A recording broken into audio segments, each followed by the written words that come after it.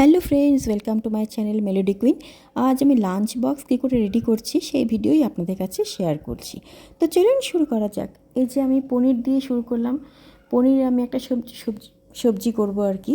তো পনিরটাকে আমি সুন্দর করে কিউব করে কেটে নিয়েছি। এবার তেলের মধ্যে সুন্দর করে ভেজে নিচ্ছি। এই দেখুন আমি পনির ফ্রাই করছি, হালকা লাল ফ্রাই করব।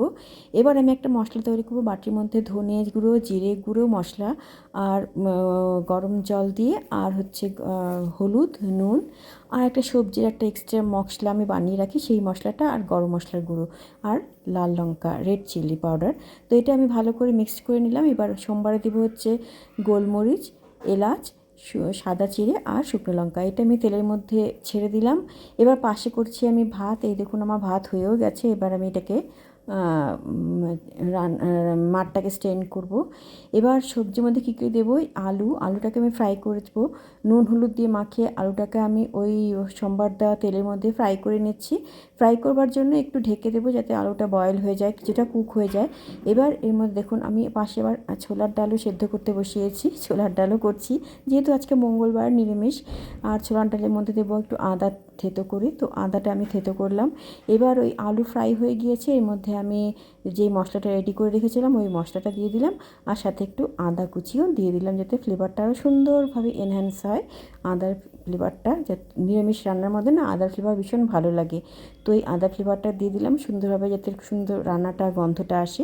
তো দেখুন আমার আলুটা ফ্রাই হয়ে গেছে, মশলা ফ্রাই হয়ে গেছে। এবার কিন্তু আমি এর মধ্যে জল ঢেলে দেবো, একটু গরম জল ঢেলে দিলাম যাতে তাড়াতাড়ি রান্নাটা হয়ে যায়। টাইম খুব শর্ট, আমার 8:30টার মধ্যে টিফিন বক্স রেডি করতে হয়। তো এবার আমি কড়াইয়ের মধ্যে তেল দিচ্ছি। দেখুন তার মধ্যে দিলাম সাদা জিরে, শুকনো লঙ্কা আর একটা এলাচ আর সাথে একটু নুন দিলাম আর একটু হলুদ।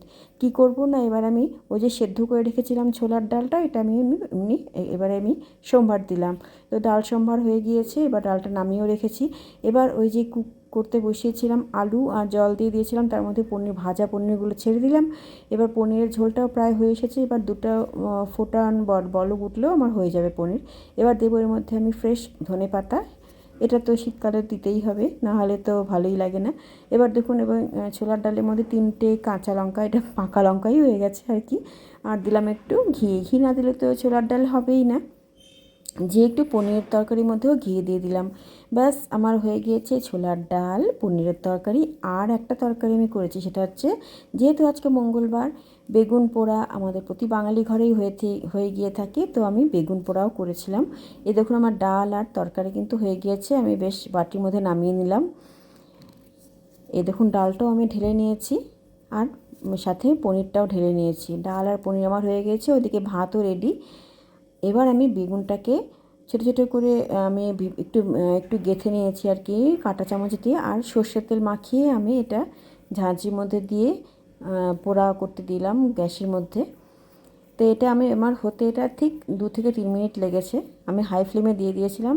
আর এখন তো এই বেগুন ভীষণ নরম হয়, খুব তাড়াতাড়ি হয়ে যায়। ব্রেকফাস্টের জন্য বানালাম রুটি। আমি রুটি সেকেছি। তো রুটির সঙ্গে আমার খেয়েছি ডাল আর বেগুন পোড়া। আর দেখুন এই যে আমার লাঞ্চ বক্স রেডি করতে শুরু করে দিলাম। ডাল একটা বক্সের মধ্যে পনিরের তরকারি, একটা বক্সের মধ্যে ভাত আর রুটি, আর সঙ্গে একটা ছোট্ট বাটির মধ্যে বেগুন পোড়া। ব্যাস এই দিয়ে আমার লাঞ্চ বক্স রেডি হয়ে গিয়েছে খুব তাড়াতাড়ির মধ্যে।